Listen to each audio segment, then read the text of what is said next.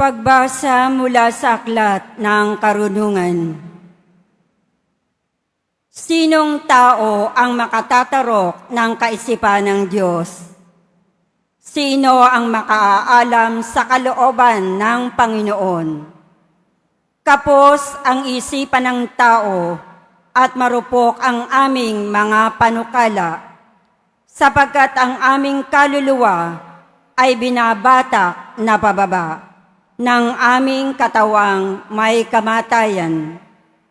Ang aming katawang lupa ay pabigat sa isipang punong-puno ng mga panukala. Nahihirapan kami para mahulaan man lamang ang nilalaman ng daigdig.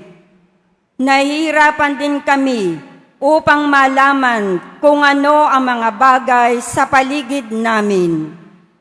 Sino kung gayon ang makauunawa sa mga bagay na makalangit? Walang makaalam ng inyong kalooban, malibang bigyan mo siya ng iyong karunungan at lukuban ng iyong diwang banal mula sa kaitaasan.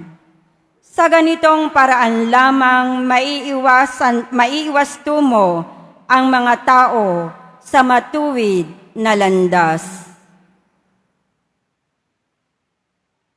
Ang salita ng Diyos. Salamat sa Diyos.